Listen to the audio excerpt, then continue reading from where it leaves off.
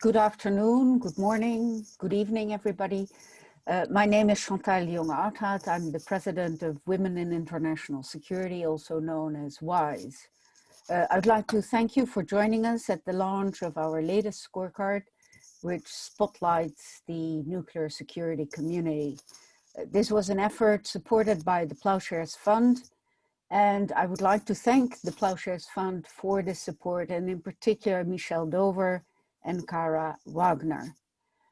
I'm delighted because we're joined by two special guests today, Dr. Emma Belcher, who is the new president of the Ploughshares Fund, and Ambassador Laura Holgate, the vice president at the Nuclear Threat Initiative and co-founder of the Gender Champions in Nuclear Policy. I would also like to introduce my colleague, Jana Wattenberg, a 2019 WIIS Next Generation Fellow. Jana is a brilliant young academic and one of the few that really looks at the interconnection and the nexus between gender and arms control. Jana received her PhD from Aberystwyth University in the UK and also joins us from the UK and will be moderating the session. Before I and my colleagues, Zi Zhu and Kayla McGill, outline the main findings of our research, and before I hand things over to Jana, I would like to give the screen to Dr. Emma Belcher, the new president of the Ploughshare Fund. I think that Emma Belcher hardly needs an introduction. She is well known in the nuclear security community. She received her PhD from Tufts University with a thesis that focused on nuclear security issues. She's held research positions at Harvard University and the Council on Foreign Relations. But I think most of us know her as the program officer and the director of the Nuclear Challenges program at MacArthur Foundation, where for close to a decade, she has helped shape what the nuclear security community looks like and what it focuses on. As president of the Ploughshare Fund, she now has an even greater platform to make sure that we continue to focus on the existential threat posed by nuclear weapons and to help shape the nuclear security community. And if you have not done so already, I would really recommend that you see her TED Talk of 2019, where she impresses upon all of us to think about nuclear security issues and hold our politicians accountable. With that, Emma, I'm handing over the screen to you. Thank you very much, Chantal. Thank you for that kind introduction, and thanks everybody for being here. And I'd like to just say that I'm thrilled to be assuming the role of president of Ploughshares, and this is one of my really high priorities as we think about the organisation going forward. So I'm really pleased that this is one of my first speaking engagements, and I'm really proud to say that as I speak on behalf of Ploughshares Fund, we're really proud to have supported this gender scorecard as part of our women's initiative. And we did so because we recognise the importance of establishing baselines specific to the nuclear field when it comes to gender diversity. We felt that one of the obstacles in the way of that gender diversity was a lack of hard data. We all knew there was a problem with our gender gap, but we didn't have specific answers to questions like, what are the numbers, or how many women are there actually in this field? And now we do. So we see this as a first step towards accountability in the field. And you know, it's one thing to make statements in support of diversity, equity, and inclusion, but this data really helps us make that support all the more tangible. Supported by the work of organisations like Women in International Security and efforts like Organisations in Solidarity and Gender Champions, we can couple initiatives like the scorecard with really intentional, specific actions to create change. And when I accepted the job at Ploughshares, I decided one of the things I wanted to do was to emphasise a more holistic approach to nuclear weapons. As we all know, the bomb doesn't exist in a vacuum, and the decisions we make in nuclear policy have effects that are not just limited to our field. There are really wider issues of governance and prosperity at stake, even the future of our environment. And I think we see that this truth is all the more clear now as we see multiple crises converging on our society at the same time. So if we think about it, in Congress right now, there's no agreement on something as vital and as immediate as COVID relief. Yet in the nuclear area, we have a proposed systematic overhaul of the US nuclear arsenal that's going to end up costing us trillions of dollars over decades, and there doesn't seem to be real kind of opposition and debate and discussion about it. And these decisions really matter. We all know that. What we have to recognize is the makeup of the people making those decisions matters too. So we owe it to ourselves and future generations to push for systemic change at this moment. And that's why our Women's Initiative is committed to opening doors that were once shut and ensuring that all who can be affected by nuclear weapons have a seat and a voice at the policy table. So it's clear from the scorecard that we have made progress in that regard, but we do have a long way to go. I am confident, though, that we can do it all together. So with that, I'd like to thank Women in International Security team for the excellent scorecard, and we're excited to share the main findings with this community. So now I'll turn it over to them to take it from here. Thank you. Thank you so much, Dr. Belcher, and thank you very much, Chantal, for this really kind introduction. I'm really excited to be part of this event. Those were really amazing and thought-provoking ideas. And now it's my great pleasure to hand it over to the WIIS team to present their findings from this really exciting initiative. Chantal, I'm going to give you the word first. Thank you. Thank you very much, Jana, and thank you very much, Emma. You know, this initiative was really to put down a baseline. You know, when WIIS was established back in the mid-1980s, one of its explicit stated goals was to get more women in the field of national and international security. And at regular intervals, WIIS has done measurements to see where women are. For example, in the mid-2000s, WIIS undertook a study of women in peacekeeping operations. We've also done studies looking at women in the State Department, the gender balance of the staff on the Hill. In 2013, we, with support of NATO, undertook a 1325 scorecard project that allowed NATO military to self-assess how well they were integrating the principles of the Women, Peace and Security agenda. That is, the principles of gender equality and the integration of gender perspectives in their policies and operations.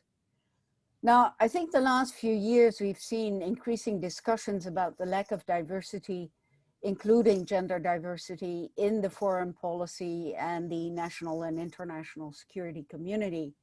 You know, this discussion has focused at some point around the whole issue of panels, that is, only men-only panels. But nobody had really done a deep dive into the think tanks. And what the gender balance in the think tanks look like. So in the summer of 2018, we decided to survey the think tanks in DC. Later that year, and I believe it was in late 2018, Laura Holgate, together with Michelle Dover of Ploughshares, launched the Gender Champions in Nuclear Policy initiative. And in discussions with them, you know, back in 2019, we thought it might be indeed a good idea to do a scorecard for the nuclear security community, because Emma, as you said, we really had no data and we had actually no real clue how many women are in this community. So again, I would like to thank Michelle Dover and Cara Wagner for providing support to do this scorecard. Now, in terms of the headlines, very briefly, and then I'll turn it over to my colleagues, Z and Kayla. Chantal, I'm so sorry to interrupt you, but I think there's a problem with your camera. Could you just quickly check? Because there we are, now we can see. Okay, good. Thank you so much. Okay, so in terms of the headlines, maybe four main headlines. First is that the national security community, including the nuclear security field, remains a very male-dominated field. Only 6 out of the 32 think tanks are headed by a woman. Women remain in the minority on the governing boards of these think tanks. On average, we have only 25% women. And in terms of experts, they also remain in the minority. On average, 35% of think tank experts are women. Now, there are, of course, great variation amongst these think tanks, and NTI, Laura, you can be really proud, is a real champion with 55% of women experts. The second sort of main headline would be that the nuclear community is really a small community. And if you look at the general think tanks, it's only 10% of experts in those general think tanks that work on nuclear issues. An almost equal number of nuclear experts work in specialized think tanks, that is, think tanks that really focus on arms control and nuclear security issues. But again, these specialized think tanks are also fairly small. And I think that is something that maybe would be a headline that would give some of the people who are in the foundation some food for thought. The third headline, and maybe, yes, thanks Z, is that, you know, related to this issue, if you look at what is being produced in academic journals, we also see that nuclear security issues are not really a priority. In the last 5 years, only 9% of articles were devoted to nuclear security issues, and only 15% of those 9% were written by women. And then lastly, in terms of the headline, I think what we saw also in 2018 is that gender perspectives remain largely ignored in this field. So let me turn it over to Z to give you some more details about the think tanks. Yes, so in the think tank section, we continuously examined the 22 think tanks that were in WIIS 2018 Gender Scorecard, and we added 10 arms control and nuclear security specialized think tanks and programs in the scorecard to give more exposure on the nuclear community. We collected data about experts in security and foreign policy related programs from think tanks' websites, and categorized their expertise based on their bios. We also collected data for the governing boards of all the think tanks. We conducted our analysis on gender balance of heads of think tanks, governing boards, foreign policy and international security experts, and nuclear security experts. And here are two main findings in our report.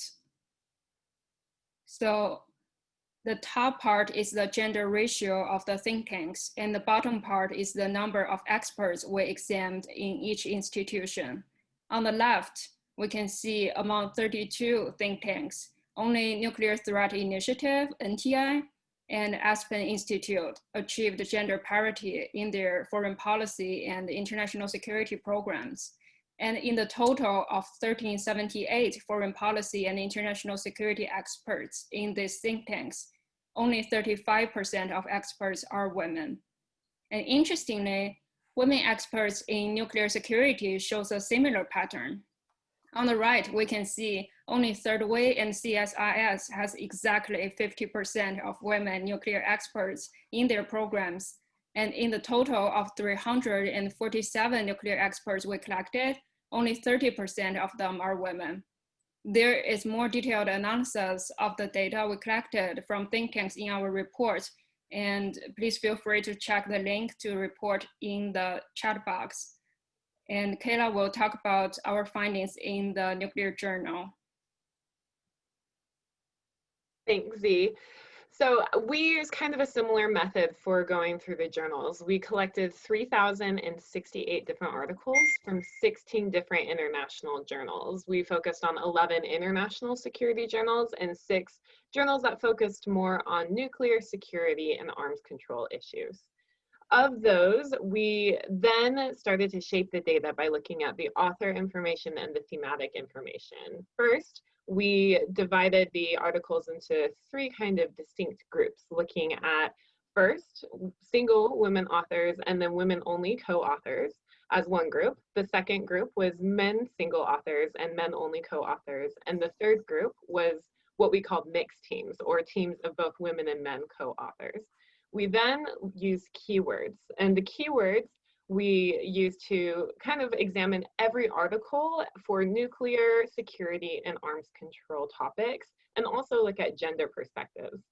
Using this thematic and author information, we then created 6 unique data sets, ranging from an all-encompassing data set to more specific ones on nuclear security. We then conducted 3 levels of analysis. First, we looked at the gender balance of the authors for all the other articles, and then we looked at the number and gender balance of specifically the nuclear security and arms control articles in all of the 16 journals. And then finally, we looked at the gender perspectives in the articles. All of this work then allowed us to do a thorough analysis of the kind of highs and lows and the highlights. So the next slide, a couple of key findings that we found. There was the journal with the overall or best gender balance was Critical Studies on Security, coming in with 45% of their articles being written by women. An interesting point was that none of the nuclear security articles that focused on nuclear security or arms control got higher than 22% of women authors. And in fact, the 2 lowest journals came from, one from the Journal of Strategic Studies, and the second was the Journal for Peace and Nuclear Disarmament, which came in at 11%. So and finally, one final thing was out of the 3,068 articles that we wrote, there were only 21% of all articles that were written by women. So although there is a great breadth of the number or percent of articles written by women throughout these 16 journals, only 21% of all of those articles were written by women. I turn it over to Jana now. I just had to find my unmute button there. Thank you so much, Kyla, and thank you so much, Chantal and Zee, as well, for these really fascinating findings. As someone who's working in academia on both international security and nuclear issues, especially from a gender perspective, these are quite interesting findings that you presented. So I'm really excited that we're going to discuss them some more now in this event. I now have the great pleasure to hand it over to Ambassador Laura Holgate. So Ambassador Holgate has done so many amazing things that I think I could basically spend the rest of this event just listing all the amazing things she has done, but I'm going to try to keep it short and sweet. So currently, Ambassador Holgate is the Vice President for Materials Risk Management at the Nuclear Threat Initiative, where she is responsible for designing and executing NTI's activities to prevent nuclear terrorism. She has also worked as the US representative to the Vienna office of the United Nations and the International Atomic Energy Agency. Well, most importantly, for the topic of today, Ambassador Holgate has done amazing work to advance the role of women in the nuclear weapons field and to address gender imbalances in our field. She's the co-founder of the Gender Champions in Nuclear Policy Initiative, which commits organizations and individuals to take practical steps to address the quite glaring and intense gender imbalance that we're facing in this field of policy. Ambassador Holgate, considering your fantastic work on gender equality, I was wondering if you could share with us your ideas on the findings that were just presented by the WIIS team. And I'm really excited to hear your thoughts and ideas. So the floor is yours, or the screen maybe in this instance. Well, thank you so much, Dr. Wattenberg, and the rest of the team, and really congratulations to the WIIS Global team on the excellent materials that have been put forward.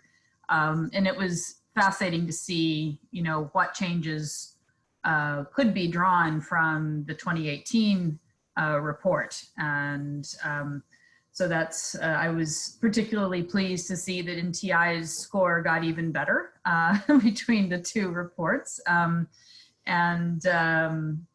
we do have, from the organization's beginning, it's been, I think a real bright spot in terms of not just the numbers, but the leadership issues. our CEO, Ernie Moniz, counts as a male leader, but our president is female. 6 out of our 7 vice presidents are female. In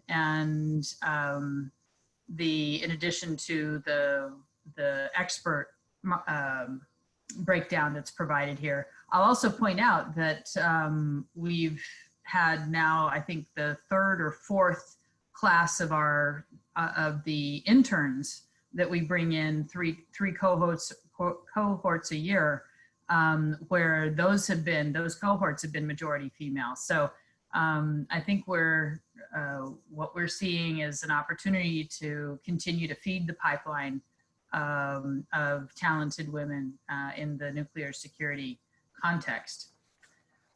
We have a lot of work to do on our board, and that's a priority. It was a commitment that our leadership made, and there's been some improvement. And in fact, if you look at the board members that were that have been added since the 2018 scorecard, I think it's been 4 out of the 5 board members that we've added since then have been women. So, but we still have a ways to go, and I think that's a lagging indicator that has to do with how boards get selected. Frankly, it's selected for people senior in their career. It's correct. It's they tend to be collected from people who have means, and we all know that those communities skew against female inclusion in many cases. So we continue to prioritize that. I was really thrilled to have the support of Michelle Dover as a friend and co-founder in developing the notions around the gender champions in nuclear policy, and the financial support of Ploughshares to turn a challenge that they gave to me to say, okay, well, design something that might make a difference. What the interesting thing about Gender Champions is, I feel, and Chantal was part of our design team when we first we're putting this together, is to be sure that anything that we did was complementary. I consider the work of WIIS, and I say this as a past president of WIIS and someone with a long history and support of that organization and other organizations like that. I call them kind of side out and bottom up efforts at change, where they're developing peer networks, mentorship, skills building, storytelling, and in this case, as we see, research. And that's all that's contributed in so many ways to the progress we have seen in the last 30 years or so in our international security field. But what we see is that despite all of that good work, the imbalance persists, and that says it's an institutional problem, and you have to solve institutional problems from the top down. And so the concept of Gender Champions is that it's a commitment made by the head of an organization to do specific visible things within their organization, either their mission area or how they function internally, to enhance the role, presence, and impact of women in the nuclear policy realm. We're at about 60 gender champions right now, and we're really proud of the diversity of that. It was designed from the beginning not to be just think tanks, although think tanks continue to be our largest single component of the gender champions. But we have the second largest is philanthropies, and then we have a number of other institutions of national laboratories. We have some media outlets. We have at least one nuclear energy company, several professional organizations. And so it's a wide range, a much broader range of community than those that are looked at in the WIIS work. And we ask them to make at least 3 specific pledges unique to their organization. These are self-designed pledges, but they are public and are visible on our website. but also to make a commitment, a no manel commitment, essentially, a commitment that these leaders would not serve whenever possible on an all-male panel, and that they would inquire when being invited to speak on panels as to the diversity of the panel and give opportunities to improve that diversity if the organizers weren't doing a good job of that. And so when we collected our data for the 2019 first full year of Gender Championship, we found that well over half of those pledges had been made. Many of them were still ongoing. Many of the pledges were still underway. And so we had, I think you can point to a lot, and you can see it in our report, a lot of aggregate progress. What's kind of interesting, I looked at two ways in which the Gender Champions report overlaps with the WIIS report. And one of them is, you know, is there any progress visible between the 2018 and the 2020 report from WIIS and Gender Champions? And as it turns out, there's only 4 gender champion organizations that were in both reports. And so there, if you look at the, you know, just the statistic on the staff or the experts, it's mixed, it's evenly mixed. 2 of those 4 went, their percentages decreased, and 2 of those 4, their percentages of women increased. But then what's also interesting is I compared that, I wasn't able to do it in a granular way with those 4 specific think tanks, but if you look generally at the pledges that the Gender Champions community made, only 21 of the 60 or so gender champions have made had made commitments about hiring or personnel type issues. So it wasn't necessarily a thing that they had, you know, specifically highlighted that they were working on, and only 7 of those made commitments about the board constitution. So I think what this report does is it shows very nicely that, you know, maybe we should be encouraging more more pledges from our gender champions to look at those issues, and they can see very well how they stack up with other organizations here. The other thing that I thought was very interesting was that of the nuclear think tanks that you covered, the 11 of them, all but 1 are gender champions. So that makes me feel good that we've got a pretty good penetration into the field, and it puts a target right on Pugwash as a place we need to start recruiting to add them to our gender champion mix.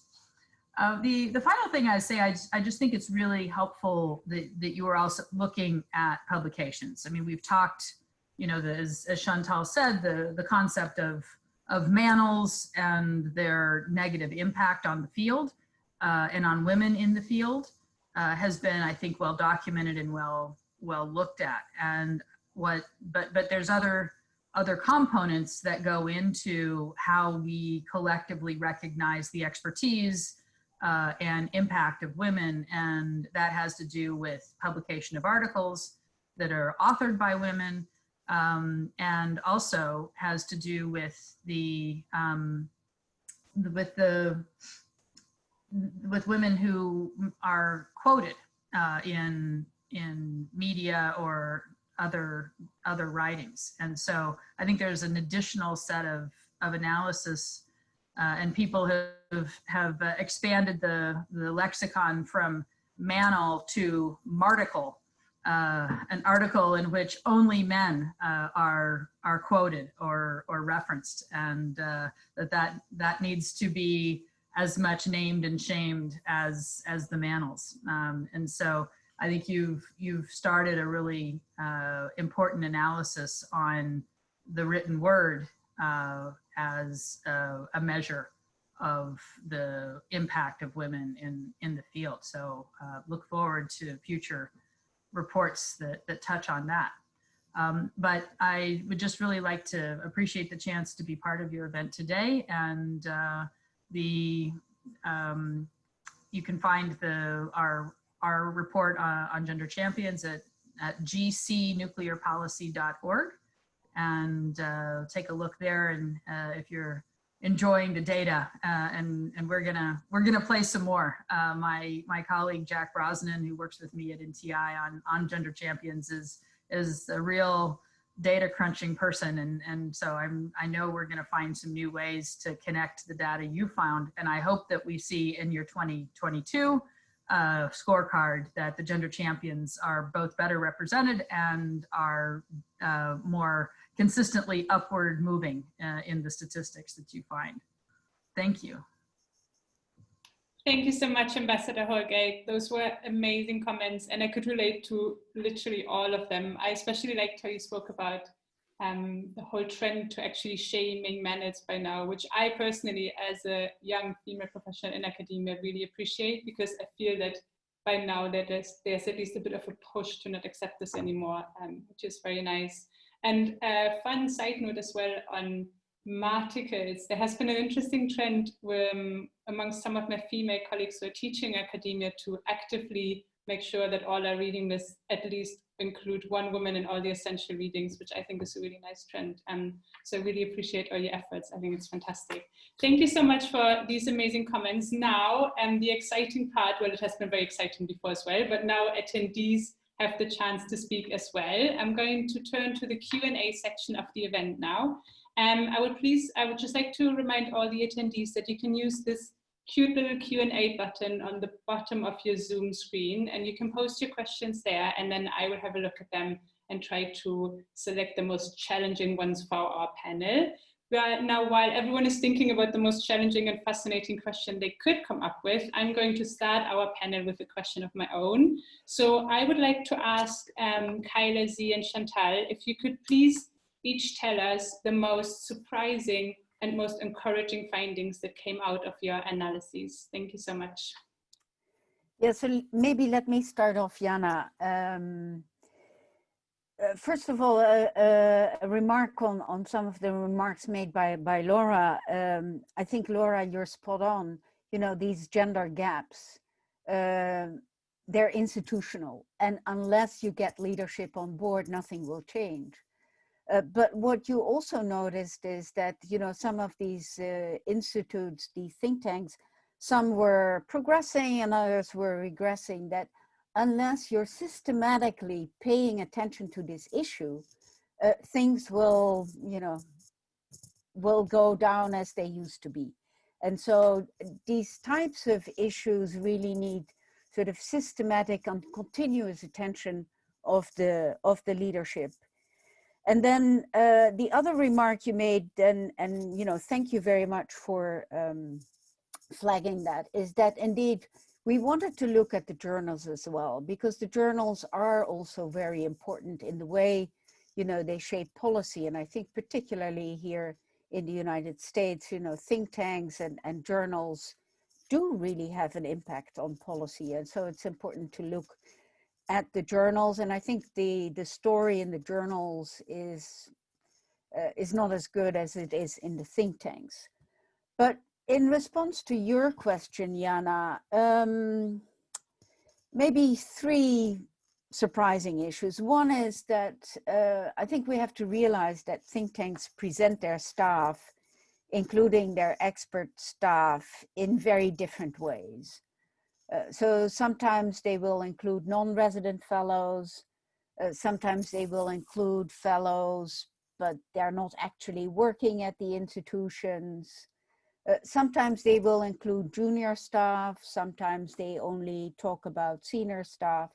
And so we're not always comparing the same things. And I'm not sure whether the think tanks themselves have really consciously thought about how they are representing their expert staff on their websites. Second, I really thought it was surprising how small that nuclear security community is in that policy think tank. I mean, it's less than 400 experts. That's really small. And lastly, I think the fact that this is a small community is also reflected in the journals. I mean, how few articles in the sort of general international security journals are focused on nuclear security issues or arms control issues more generally. And I think this is an issue that has been, you know, too long neglected. Maybe there's a little bit of an uptick now, but I think this is worrisome that we don't have more people who are looking at issues related to nuclear security issues or arms control issues more generally. But then maybe just on the you know, the most encouraging thing I think in terms of this scorecard was that think tanks do pay attention. And these numbers, data, have a sort of way of getting the attention of the leadership. And the good news is that we have seen a slight increase in terms of governing board members. We saw a slight increase of 3 points and a slight increase of women experts of about, you know, 8 points. But I'm sure that Z and Kayla have some other issues. Yeah, so for me, there are two things I didn't expect when before I started this research. The first is there is no much difference in terms of gender balance in the general foreign policy and foreign policy and national security community and the nuclear security community. The women experts are always takes about 30% in those teams among those experts. So that's something I think interesting. It looks like 30% is a real benchmark for the think tanks to reach the gender balance, I guess. And the second one is because we categorize the experts based on their expertise. For example, like arms control, like WMD, or like nuclear material management, those kind of categories. And I found that there's also no big difference between male experts, male nuclear experts and the female nuclear experts in terms of the topics they are studying. So that's something I feel very interesting in the think tank part. I think following up on that, one thing that I found very interesting and kind of encouraging before I get to a couple or a more surprising thing that stood out to me, an encouraging thing to me was that women in the thematic theme, while there may not have been a lot of difference in the think tanks, in the journals, there was actually kind of a significant difference that more women were focusing on writing about specific things in arms control, like cyber security, drones, UAVs, things like that. So it was more emerging fields. And with regards to the nuclear security topics, they were still, they were not focused maybe on things like deterrence or something, but they were focused on other things. So I thought that was a very encouraging thing, that some of these fields that are more emerging and kind of advancing, more women were working on. In regards to something that stood out to me, the co-author situation really stood out to me, especially because it seemed that women just don't co-author as much as men do, especially women co-authoring with other women.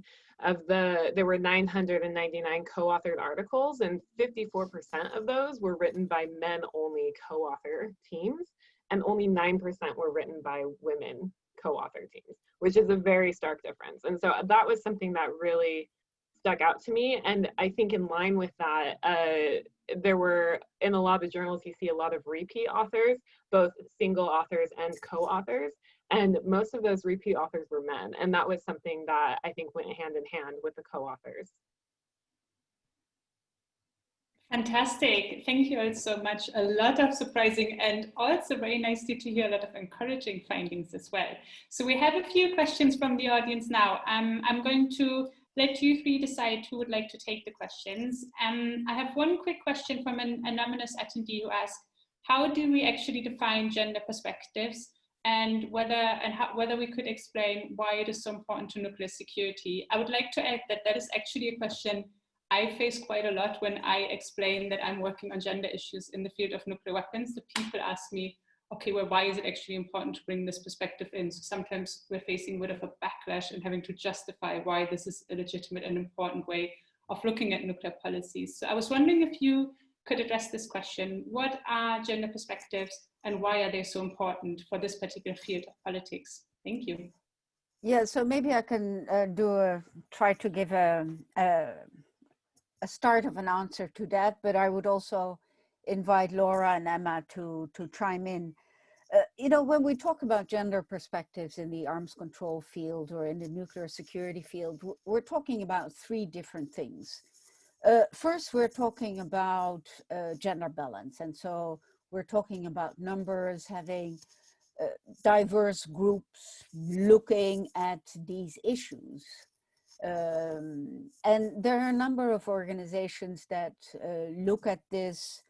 I'm thinking about Reaching Critical Will, that is an NGO. There's also the UN Institute for Disarmament Research that recently, these last 2 years, has been looking at the gender balance of negotiating teams in multilateral arms control and disarmament negotiations. And you know, there's a real gap in terms of these negotiating teams. So gender balance is one. Second is the gendered effect of weapons.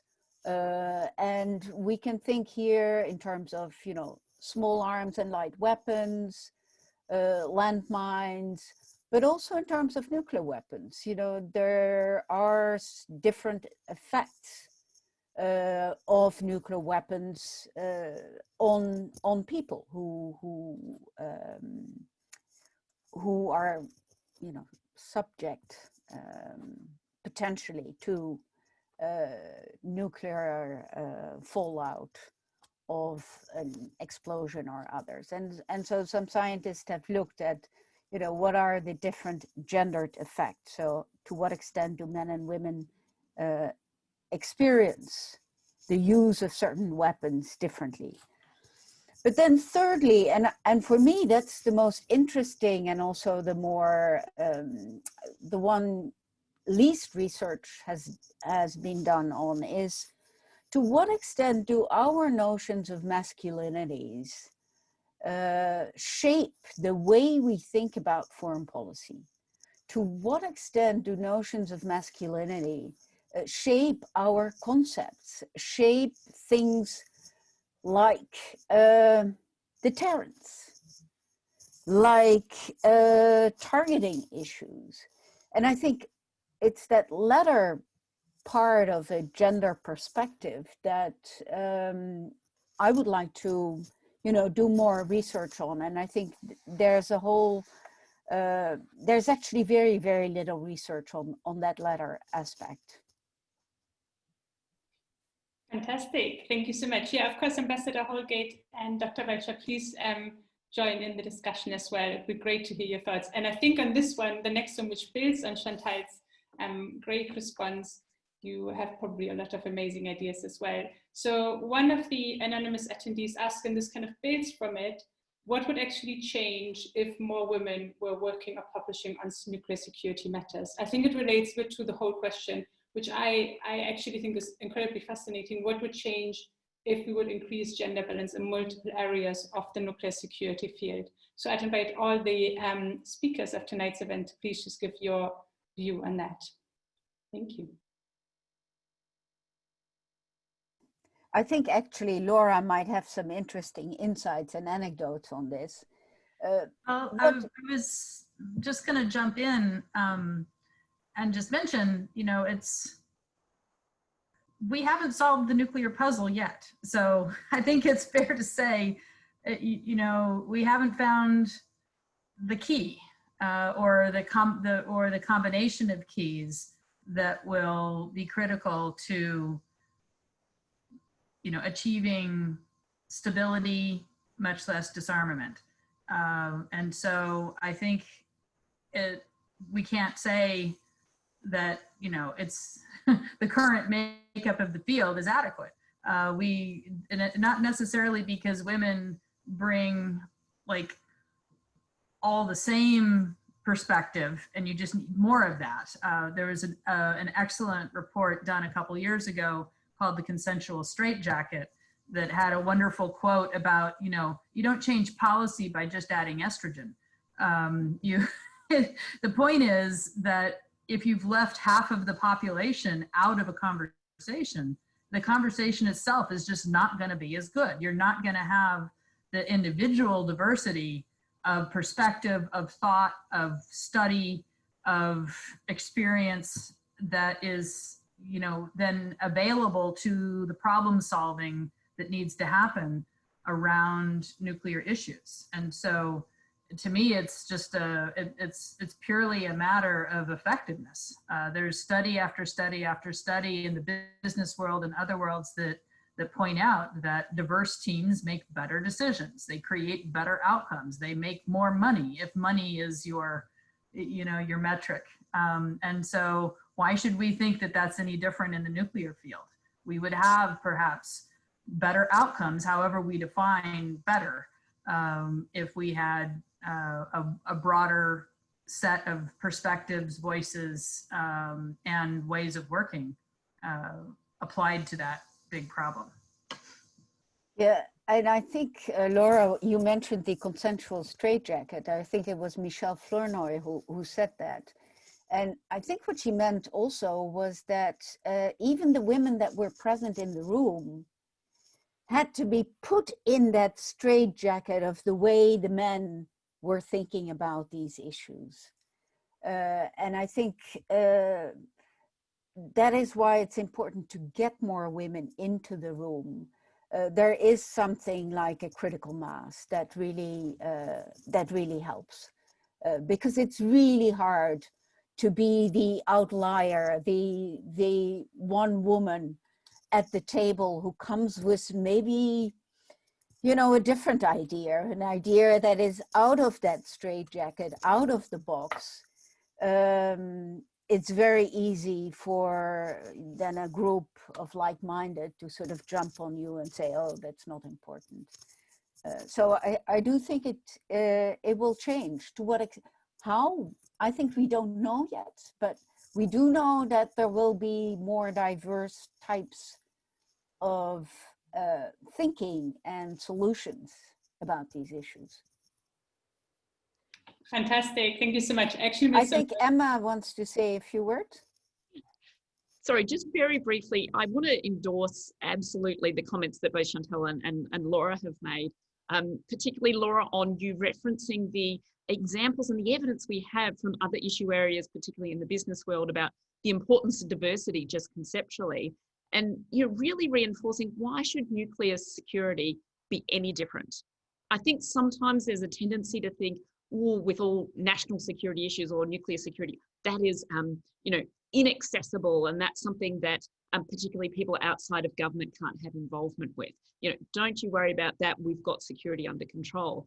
And I think that can be used as a way to exclude people and exclude other voices, particularly women's voices, but also other people with diverse perspectives and backgrounds writ large. So I think just to really endorse that, why should nuclear be any different? I also think, Chantal, fascinating idea. We've all, I presume, read Carol Cohen's fabulous article from decades ago about this sort of use of the masculine and sexualized kind of phrases with respect to nuclear weapons. I think actually doing some analysis to look at really more in-depth research about the impact of that on nuclear policy would be fascinating. Just my 2 cents. Fantastic points and really, really interesting research ideas as well, actually. So I had one other question. Thank you so much for your input, Emma. And just have one more question quickly from the audience. So Stacey Kittner asked, and this is slightly away from the scorecard, but I do think, Laura, you probably would have a good idea about this. She asked whether there are any efforts to increase women in government and national laboratories. It's a quite broad question, but maybe we could think about, so we have the amazing Gender Champions in Nuclear Policy Initiative, but can we think about other, maybe just like a few initiatives we could think about that are trying to work towards the goal of more gender balance in this field? Thank you. Yeah, I mean, I can quickly, there are a lot of organizations, you know, when WIIS was established in the mid 80s, I think it was the only organization that looked at getting more women into the national and international security field. Now, fortunately, we have many more organizations, including WCAPS, that is the Women of Color Advancing Peace and Security, that was established maybe 2-3 years ago by Bonnie Jenkins. We have Girls Security and a number of other organizations. So I think there is more attention to this. Also, we have more political commitment to this from political leaders, in particular through the Women, Peace and Security agenda that was launched 20 years ago by UN Security Council Resolution 1325.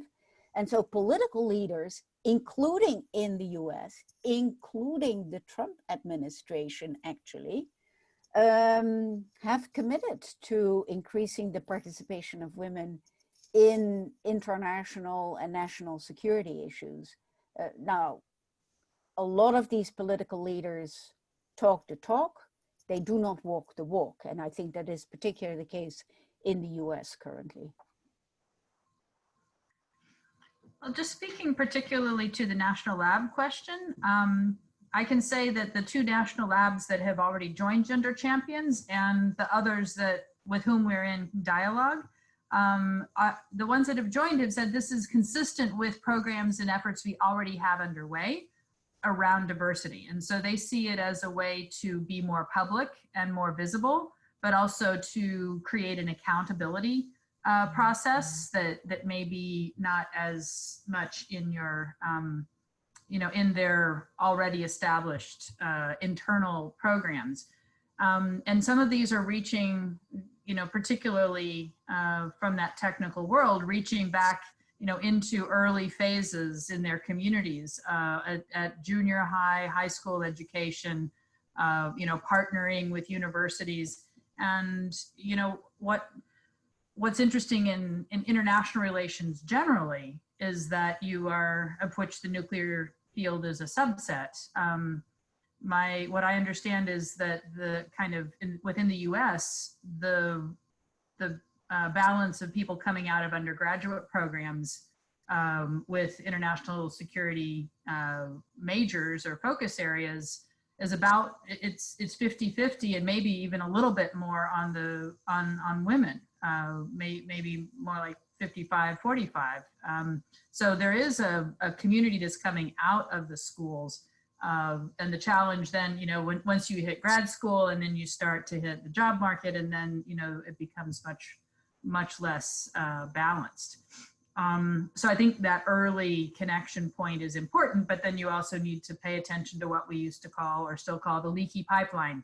How is it that you have, you know, a fairly high level or close to gender balance in among junior staff, and that washes out to being still, you know, 5% of leaders in the field being women. And so, so yes, there are a whole range of activities, and there's been some interesting effort on Congress, from Congress part, to ask for more visibility on those activities in the wake of 2 years ago, where there was one of the security guards at the Nevada nuclear security site was sexually assaulted by her teammates.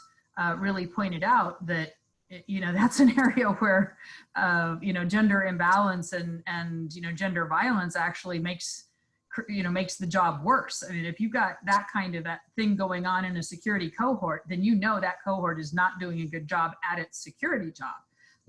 If you've got that kind of poor management, poor discipline, mistrust within the team. And so that has really energized some in Congress to ask for more reporting and more accountability among the U.S. national laboratories on the women in their in that job area.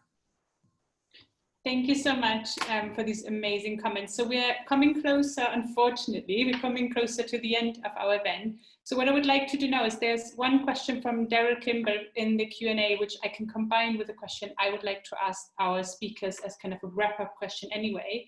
So Daryl asked us, what suggestions would you offer about how we explore this area of diversifying the field, diversifying our ideas as a field and as leaders in the field, with the goal of injecting a more diverse ideas and perspectives into the ways in which we think about nuclear challenges. So basically, how I interpret it, and please excuse me if I change your question a bit, how can we actually make this change happen of thinking about the nuclear challenge differently? And I would like to combine this with the question of what you, as the WIIS team who have now conducted this study, but also Laura and Emma, what would you like to see happen next? What are the next steps we have to take? We've now kind of established that it's incredibly important to diversify not just the field in terms of who's working in the field, but also the ways in which we think about the nuclear challenge.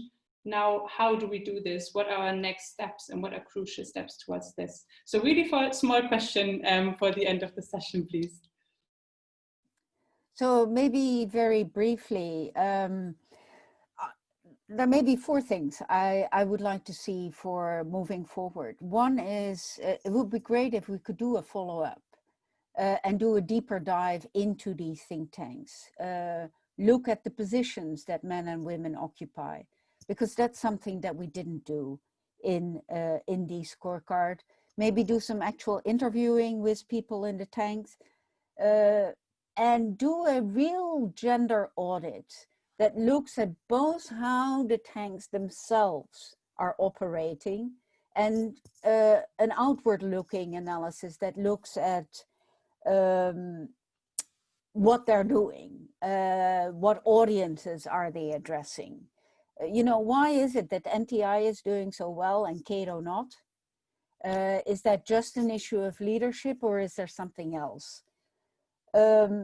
Second, I think we need to get more women interested in nuclear security issues and in arms control more generally. This is and continues to be a real important international security question. And I think we need more diverse voices in this arena. You won't be surprised that I would like to see more encouragement of research that looks indeed at the question of how masculinity shapes our thinking in the nuclear arena or in the foreign policy arena more generally. What's so interesting when you look at, you know, the national security establishment is dominated by men, but most of these men think they don't have a gender. They look at themselves as genderless beings. And that is, of course, not true.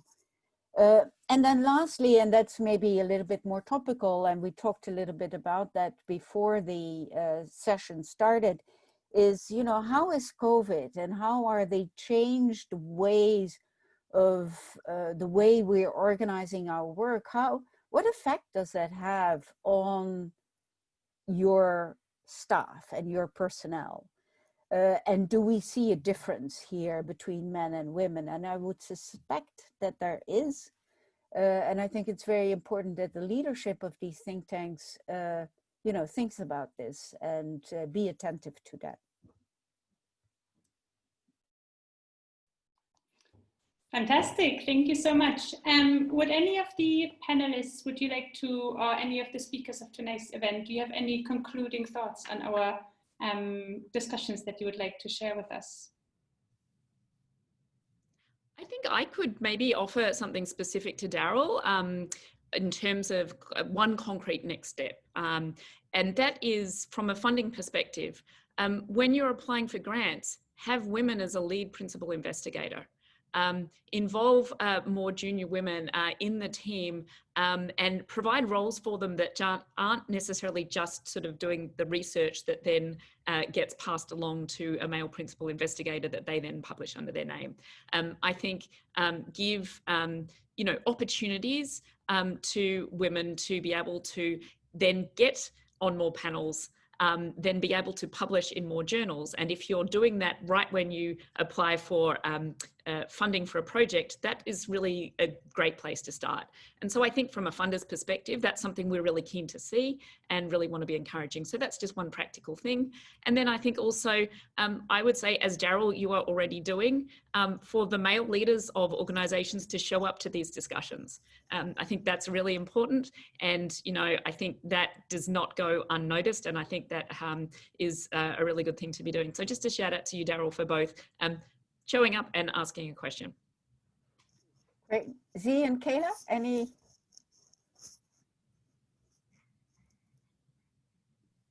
Yeah, so I just want to respond to, there was a question about what's the next step for WIIS think tank scorecard, and this is a project WIIS has been doing for a long time, and I think we will still doing the gender scorecard project in the future and keep monitoring the gender balance, not only in institutions, but also maybe we will expand our scope to the universities or researchers in this field.